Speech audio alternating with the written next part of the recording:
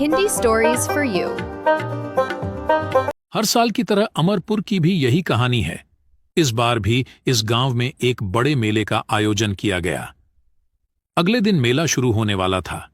हर बार की तरह नए नए झूले, खिलौने, मिठाई, चाट के गोलगप्पे भी अपनी दुकानें सजा रहे थे। लेकिन इस बार भी गांव के लोगों का ध्यान मौत के कुएं के खेल पर ही लगा रहा। इस खेल के प्रवर्तकों ने भी कोई कसर नहीं छोड़ी थी। चमन रिक्शे पर माइक लेकर अनाउंस कर रहा था, आ गया, आ गया। फिर एक बार सबका दिल जीतने वाला खेल आपके गांव में फिर आ गया है। अगर देर की तो समस्या गंभीर होगी, क्योंकि सारे खेल बिक जाएंगे तो टिकट नहीं मिलेगी। गांव में हर कोई जल्द से जल्द टिकट खरीदना चाहता था और खेल का पहला शो देखना चाहता था। अगले दिन खेल का पहला शो था, लेकिन उसी रात गांव में एक अजीब घटना घटी। जहां मौत का कुआं दिखाने की तैयारी की जा रही थी, तभी अचानक आधी रात के बाद वहां से मोटरसाइकिल की आवाज आने लग जाती है। अचानक एक बच्चा बोलता है, पापा पापा जागो, देखते नहीं, मौत के कुएं का खेल शुरू हो गया है, देखते नहीं। बेटे की आवाज सुनकर दोनों जाग जाते हैं। अरे क्या हुआ रमेश, इतनी रात को जाने की बात कर रहे हो? माँ, हमने तो उस मौत के कुएं का टिकट ले रखा है, देखते नहीं वो खेल शुरू हो गया है। मोटरसाइकिल की आवाज आ रही है ना। अभी रात है, वो खेल कल शाम से शुरू होगा। पर ये आवाज कैसी है मम्मी? अरे कुछ और आवाज होगी, चलो सो जाते हैं। रमेश सो गया, लेकिन जैसे जैसे रात बीत रही थी मोटरसाइकिल की आवाज बढ़ती जा रही थी।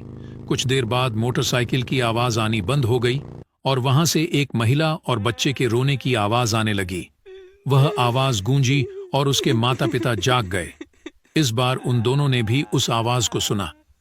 वे सभी बहुत डरे हुए थे। वे उस स्थान पर जाना चाहते थे, लेकिन वे हिम्मत नहीं जुटा पा रहे थे। अगली सुबह जब उन लोगों ने यह बात गांव वालों को बताई, तो किसी ने भी उनकी बातों पर ध्यान नहीं दिया, क्योंकि उनके अलावा किसी ने वह आवाज नहीं सुनी थी।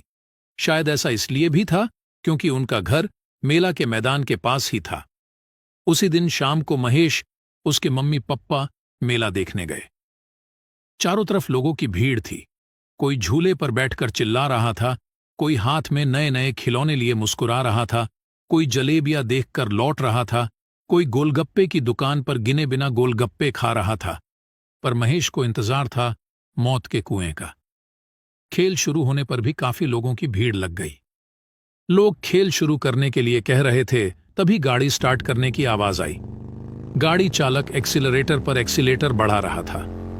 पूरे मेले में गाड़ी की आवाज गूंज रही थी। गाड़ी की आवाज से दर्शक उत्तेजित हो रहे थे। कई लोग सीटियां भी बजाने लगे। लेकिन इसी बीच लोगों ने देखा कि एक छोटी सी बच्ची मौत के कुएं में बैठी रो रही है। लोग चिल्लाने लगे, ये किसकी बच्ची है? इससे पहले कि कोई उस बच्ची को बाहर निकालता, लोगों ने देखा कि अचानक एक महिला भी कुएं के अंदर आ गई। उसका चेहरा काफी डरावना लग रहा था। वह लड़की जाकर उनकी गोद में बैठ गई। लोगों ने देखा कि जब वह रो रही थी तो उनकी आंखों से आंसू की जगह खून निकल रहा था। कुछ ही देर में दोनों उड़ते हुए बाहर आ गए। जिसने भी यह देखा वो जोर जोर से चिल्लाया, भूत भूत, अरे भूत।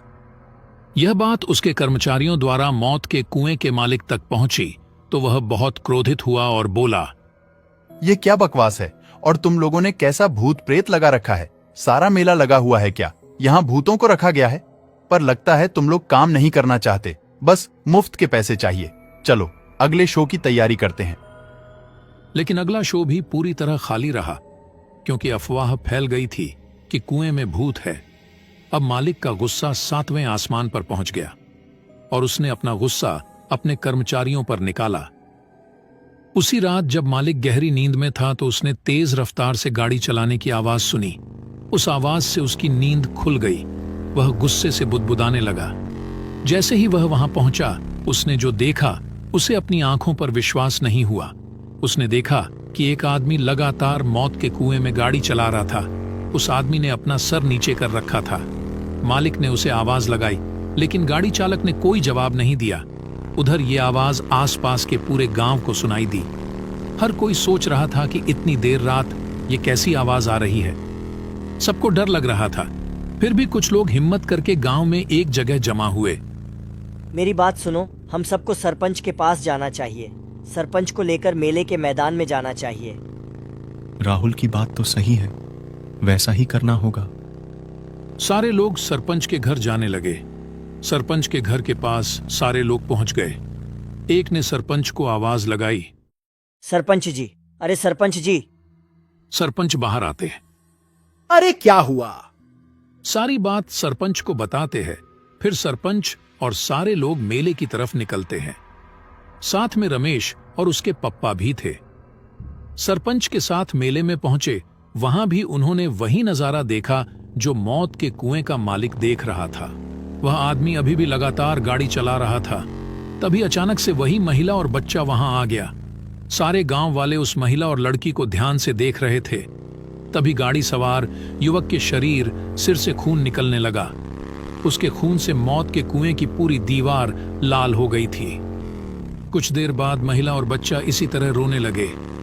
अब सभी ग्रामीणों की हालत खराब हो गई है। कोई नहीं समझ पा रहा था कि ये कौन लोग हैं। तभी मौत के कुएं का मालिक फिर चिल्लाया। सुन नहीं रहे हो? कौन हो? लोगों को क्यों डरा रहे हो? मेरे खेल को बदनाम क्यों कर रहे हो? जल्दी यहां से भागो। मालिक की बात सुनकर गाड़ी सवार सर उठाता है। उसे देखकर मालिक की आवाज लड़खड़ाने लगती है। पेंट भी गीली होने लगती है। अरे जानते हो ये कौन है?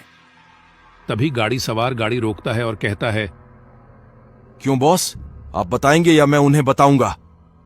क्या बताऊं? मुझे कुछ नहीं पता। फिर विक्रम ने बताना शुरू किया। गांव वालों, मैं दुष्ट आदमी हूं। मेरे सीने में कलेजा नहीं है। मैं तो जानवर हूं।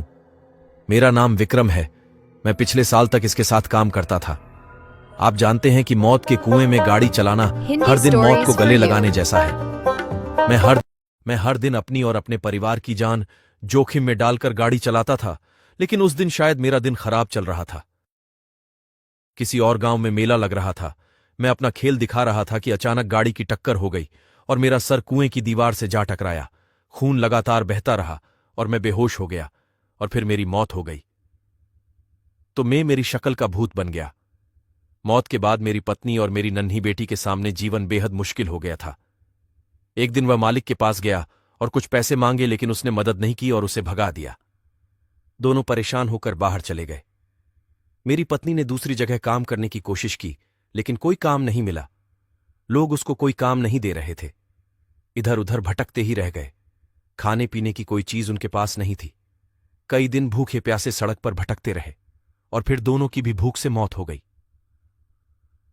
तुम गांव के लोग ही बताओ कि मेरा और मेरे परिवार का क्या कसूर था जिसकी सजा हमें मिली।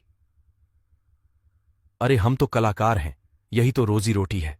पर कल कोई हादसा हो जाए तो मालिक हमें मरने के लिए छोड़ देता है। हम तो जिंदगी भर आपके सुख मनोरंजन के लिए काम करते हैं, और बदले में हमें क्या मिलता है? विक्रम की बात सुनकर सारे गांव वालों ने मालिक को मारने के लिए घेर लिया। तभी मालिक चिल्लाया, अरे अरे छोड़ो, मुझसे गलती हो गई, मुझे माफ कर दो। हम आपको एक ही शर्त पर छोड़ेंगे कि आप यहां काम करने वाले लोगों को गारंटी देंगे कि अगर उन्हें कुछ हो गया तो आप उस परिवार को बेसहारा नहीं छोड़ेंगे।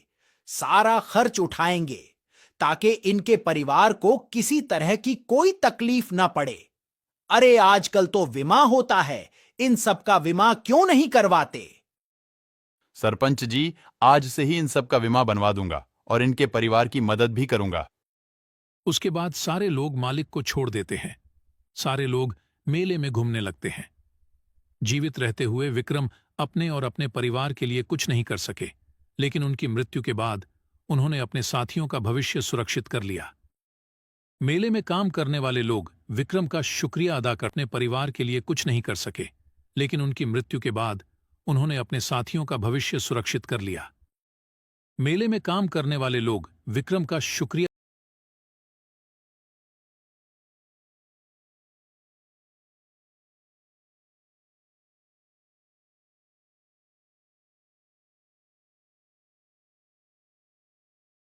Please like, share, subscribe, and watch more Hindi stories right away on our channel, Hindi Stories for You.